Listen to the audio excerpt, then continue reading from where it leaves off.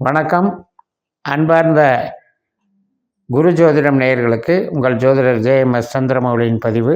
இந்த பதிவில் கேது கிரகம் சாரமாற்றம் அடைவதை பற்றி பார்க்குறோம். கன்னிராசியில் இருக்கக்கூடிய கேது அஸ்தம் என்று சொல்லக்கூடிய சந்திரனுடைய நட்சத்திரத்திலிருந்து உத்தர நட்சத்திரத்துக்கு, அதாவது சூரியனுடைய நட்சத்திரத்துக்கு மாறுவதற்கான 12 லக்னங்களுக்கான பலன்களை பார்க்க இருக்கோம். இந்த கேது சூரியனுடைய நட்சத்திரத்தில் ரொம்ப நாள் பயணித்து 2025 ஜூலை வரைக்கும் பயணிக்க இருக்கார் சூரியனுடைய நட்சத்திரத்தில். பட் ராகு கேது பயிற்சி அப்படிங்கிறது இப்போ நமக்கு அதுக்கு முன்னாலேயே நடக்கும்.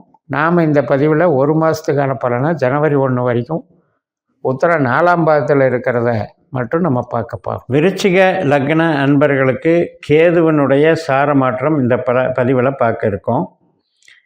இப்போ கேது விருச்சிகத்துக்கு லாபஸ்தானத்தில் இருக்கார். இது வரைக்கும் சந்திரனுடைய நட்சத்திரத்தில் அஸ்தத்தில் இருந்த கேது இப்போ சூரியனுடைய உத்தர நட்சத்திரத்தில் 4ஆம் பாகத்தில் பயணிக்கிறார். இது சார மாற்றம் டிசம்பர் 2ஆம் தேதி முதல். இப்போ நான் ஒரு வருஷத்துக்கு கேதுவனுடைய டிரான்சிட் இந்த நட்சத்திரத்தில் சொல்கிறத விட உபநட்சத்திரம்ன்ற கான்செப்டை வச்சு ஒரு மாதத்துக்கு சொல்கிறேன். 29 நாட்களுக்கு ஜனவரி 1ஆம் தேதி வரைக்கும் சுக்கிரனுடைய உபநட்சத்திரத்தில் கேது போகிறார். இந்த உபநட்சத்திரம்னா என்ன அப்படின்னா, எந்த நட்சத்திரத்தில் எந்த கிரகம் போகுதோ அந்த நட்சத்திரத்தை 9 கூறாக பிரித்து அந்த உபநட்சத்திரம்தான் இந்த கிரகத்தினுடைய செயல்பாடுகளுக்கு ரிசல்ட் கொடுக்கறதுங்கிற ஒரு பாஸ்கர அஸ்ட்ராலஜி மெத்தடில் நட்சத்திர சூத்திர முறையில் நம்ம சொல்கிறோம். இப்போ இந்த விருச்சிகத்துக்கு லாபஸ்தானத்தில் கேது சூரியனாக செயல்படுறாரு, சுக்கிரனாகவும் செயல்படுறார். சூரியனாக செயல்படும்போது சூரியன் நமக்கு நம்முடைய விருச்சிகத்துக்கு ஜாதகத்துக்கு தொழில் கிரகம்.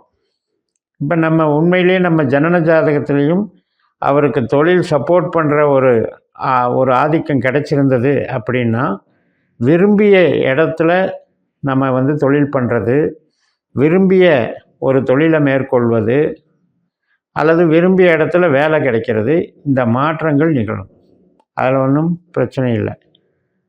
சுக்கிரன் நமக்கு ஒரு புதிய வேலைக்கு ஜாயின் பண்ணுறதையும் முதலீடுகள் போடுறதையும் கணவன் மனைவி உறவு சார்ந்த விஷயங்களையும் குறிக்குது. ஸோ அப்படிப்பட்ட வகையிலையும் அது நமக்கு நன்மைகள் செய்யும். அப்போ எல்லாத்துலேயுமே எதிர்பார்த்த விஷயங்கள் நமக்கு கைகூடி வருதுங்கிற காலகட்டமாக இந்த 29 நாட்களை நம்ம எடுத்துக்கலாம். இப்போ நம்மளுடைய ஜனன ஜாதகத்தில் கேதுவோ சூரியனோ 8ஆம் பாவ 12ஆம் பாவ தொடர்பு, சுக்கிரனாக இருந்தாலும் 8ஆம் பாவ 12ஆம் பாவ தொடர்பு, இந்த 3 கிரகத்தில் ஏதோ ஒன்று 8, 12 தொடர்பு இருந்தாலும் நம்ம அதுக்காக போராடுறதை குறிக்குது. நம்ம எதிர்பார்க்குற விஷயங்கள் சீக்கிரம் நடக்காமல் கஷ்டப்படுறதையும் அதில் எதிர்நீச்சல் போடுறதையும் குறிக்குது. தாமதமான வெற்றியை குறிக்கும், அல்லது சில இழப்புகள் நடக்கும். 11ஆம் இடம்ங்கிறது நல்ல ஸ்தானம்தான். ஆனால் அந்த 11ல் அது 12/8க்கு அதிகாரம் பெற்றிருந்தால் அந்த எதிர்பார்த்த விளைவுக்கு அது பாதகமாக வேலை செய்யும். இப்போ மூத்த சகோதர சகோதரி நண்பர்கள் இதெல்லாம் 11ஆம் இடம்தான். அப்போ அவங்க வகையிலையும் நமக்கு இந்த கட்டங்கள் நல்லா இருக்கணும். நம்ம ஜனன ஜாதகத்தில் சூரியன் சுக்கிரன் கேது 8, 12 தொடர்பு இல்லாமல் இருந்தாலே நமக்கு நன்மைகள் நடக்கும். எல்லாத்துக்குமே லக்னத்துக்கு நன்மை அப்படிங்கிறது என்ன அப்படின்னா, ஆரோக்கியம், நமக்கு உறவுகள் பாதிக்காமல் இருக்கிறது, கலை திறமைகளை வெளிப்படுத்துறது, ஒரு கம்யூனிகேஷன், ஒரு கலை தொடர்பான சாதனங்கள் பயன்படுத்துவது, ஒரு ரெஜிஸ்ட்ரேஷன் பண்ணுறது, இடம் விட்டு இடம் போகிறது, டிரான்ஸ்ஃபரு, இது சம்மந்தப்பட்ட எதிர்பார்த்த விஷயங்களுக்கு நன்மை தரும். இப்போ அதே நேரத்தில் வீடு கட்டுறதுக்கு நன்மை தருமா அப்படின்னு கேட்டால், அந்த 11ஆம் இடம் அந்த வீடு கட்டுறதுக்கும் இடம் வாங்கிறதுக்கும் கொஞ்சம் நெகட்டிவாக வேலை செய்யும். அதனால் தசாபுத்தி கேது சுக்கிரன் சூரியன் இருக்கிறவங்க மட்டும் அதை கவனிச்சுக்கோங்க. அந்த காலகட்டத்தை தவிர்த்துருங்க. மற்றபடி 4ஆம் இடத்துக்கு வேறு கிரகம் சம்மந்தப்பட்டு தசாபுத்தி நடக்குது அப்படின்னா அந்த 4ஆம் இடத்தின் செயலை செய்யும். வீடு கட்ட வைக்கும், இடம் வாங்க வைக்கும், அது வேறு. இப்போ நம்ம வந்து இந்த பதிவில் போடுறத பூராமே நீங்கள் திசாபுத்தியோட அடாப்ட் பண்ணிக்கோங்க. உங்களுக்கு கேது திசையோ சுக்கிர திசையோ சூரிய திசையோ அல்லது புத்தி அந்தர சூட்சமங்களோ நடந்தால் நீங்கள் கருத்தில் வச்சுக்கோங்க.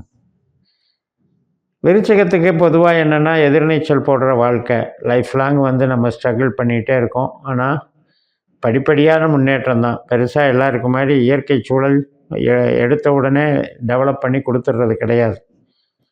அப்படிப்பட்டவர்களுக்கு படிப்படியாக அவங்க அவங்களுக்கு வரக்கூடிய திசைகள் ரீதியாக அவங்களுடைய முன்னேற்றம் வந்து சூரியனால் நடக்கும்.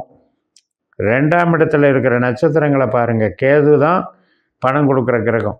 சுக்கிரனும் சூரியனும் இந்த 3மே நல்ல காம்பினேஷன். அந்த மாதிரி காம்பினேஷன் தான் இப்போ 11ஆம் இடத்துல அமைஞ்சிருக்கு. அப்போ இது வந்து நமக்கு 8-12 தொடர்பு இல்லாமல் இருந்தாலே நமக்கு இந்த காலகட்டத்தில் பணம் சேர்க்கை, உத்தியோகத்தில் ஜாயின் பண்ணி உத்தியோகத்தில் ஒரு அங்கீகாரம் கிடைக்கிறது, சொந்த தொழிலில் வளர்ச்சி அடைகிறது, சொந்த தொழில் நல்ல டிமாண்டாக மூவ் ஆகிறது, இதுக்கெல்லாம் நல்லா இருக்குது அப்படிங்கிறது ஒரு கருத்து. இப்போ நமக்கு வந்து சூரியன் நட்சத்திரத்தில் போகிறதுனால அரசு வழி ஆதாயம், அரசியல் தொடர்புகள், அரசு சம்மந்தப்பட்ட நண்பர்கள் தொடர்பு, அதன் மூலம் ஒரு மகிழ்ச்சி, இதெல்லாம் நல்லது நடக்கும். தந்தை வர்க்க சார்ந்த நன்மைகளும் நடக்கும். அதே போல் கணவன் மனைவி உறவு பலப்படும், குழந்தைகள் வழி உறவுகளும் மேன்மையாக இருக்கும். அனைவருக்குமே வளர்ச்சி. இந்த தாயாருக்கு சுகவீனம் பண்ணுறது, இடம் வாங்கிறது, வீடு கட்டுறதுல இருக்கிற நெகட்டிவ் தான் ப்ராப்ளம். அதுவும் யாருக்கெல்லாம் இந்த 3 கிரகத்தினுடைய திசாபுத்தி அந்தரம் நடக்குதோ அவங்களுக்கு மட்டும்தான். அப்போ இந்த 1 மாதம் 29 நாட்களுக்கு போக மற்ற அடுத்தடுத்து உபநட்சத்திரங்கள் மாறும்போது நான் பதிவுகள் போட்டுக்கிட்டே வர்றேன். இப்போ நீங்கள் நிறைய பேர் இந்த திசைகளை வந்து மனசில் வச்சுக்கோங்க.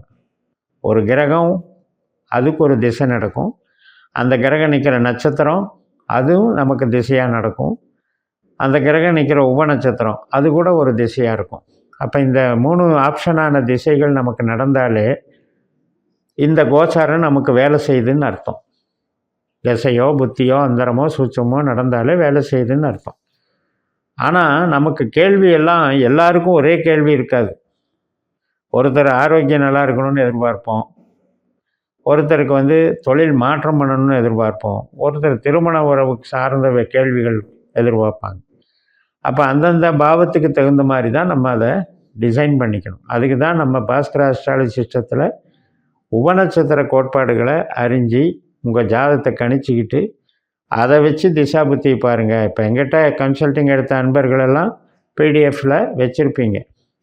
திசை புத்தி அந்தரம் சூட்சமம் படி எப்படி பார்க்குறது அப்படின்னு. அந்த சிக்னிஃபிகேட்டர்ஸ்னு சொல்லக்கூடிய அந்த குறிகாட்டிகள் நமக்கு மிக மிக முக்கியம். அதை வச்சு தான் நம்ம ஒரு கிரகம் ஒரு இருந்த இடத்தினுடைய பலனை விட நட்சத்திரத்தின் பலனையும் உபநட்சத்திரத்தின் பலனையும் செய்யுதுங்கிற கான்செப்டை புரிய முடியும். அதுக்கப்புறம் நம்ம மாதந்தோறும் நாள்தோறும் வாரந்தோறும் இன்றைக்கி இந்த நட்சத்திரம் நடக்கு, நமக்கு இந்த பாவம் இயங்குதுன்னு நம்மளே புரிஞ்சிக்கலாம். அந்த மாதிரி அக்செப்ட் ஆகிடுச்சி அப்படின்னா உங்களுக்கு வந்து அந்த மைண்ட் செட்டு வந்து பிளானிங்கில் கரெக்டாக இருக்கும். இன்ன திசை இன்ன புத்தி அந்தரம் நமக்கு இன்ன பாவ செயல்களை தான் இயக்கும். நம்ம கேள்வி வேறு பாவத்தை பற்றியதாக இருந்தால் அந்த பாவ செயல்கள் வளர்க்கக்கூடிய திசா புத்தி அந்தரம் வரைக்கும் பொறுத்து இருக்கணும். அப்போ இது மாதிரியான விஷயங்களை தெளிவாக லாஜிக்கலாக கரெக்டாக டிசைன் பண்ணி புரிஞ்சிக்கிறதுக்கு இந்த சிஸ்டம் நல்லா உதவுது. இந்த வகையிலேயே நம்ம வந்து இந்த கோச்சாரத்துலேயும் பார்க்கணும். சும்மா குரு பயிற்சி, சனி பயிற்சி, ராகுகேது பயிற்சி அப்படின்ட்டு எல்லாருக்கும் எல்லா பலன்களையும் எல்லா கேள்விகளுக்கும் அது பதில் எப்படி இருக்கும்? அதனால் அடாப்ட் பண்ணிக்கோங்க. இந்த கேதுங்கிறது வந்து கெட்ட கிரகம்தான் அப்படின்னு முடிவுக்கு வராமல் நம்ம ஜனன ஜாதகத்தின்படி அது நல்லதையும் செய்யும், பணம் கொடுக்கவும் செய்யும். பணஸ்தானத்துக்கும் தொழில் ஸ்தானத்துக்கும் தொடர்பு இருந்தால் தொழிலை மிக பிரமாதமாக வளர்க்கவும் செய்யும்னு சொல்லி நிறைவு செய்கிறேன். இந்த சேனலை சப்ஸ்கிரைப் பண்ணி ஷேர் பண்ணுங்கள். உங்கள் தனிப்பட்ட ஜாதக பலாபலன்களை என்னுடைய வாட்ஸ்அப் நம்பரில் தொடர்பு கொண்டு பலன் பெறுங்கள். உங்களிடமிருந்து விடைபெறுகிறேன். உங்கள் JMS. நன்றி, வணக்கம்.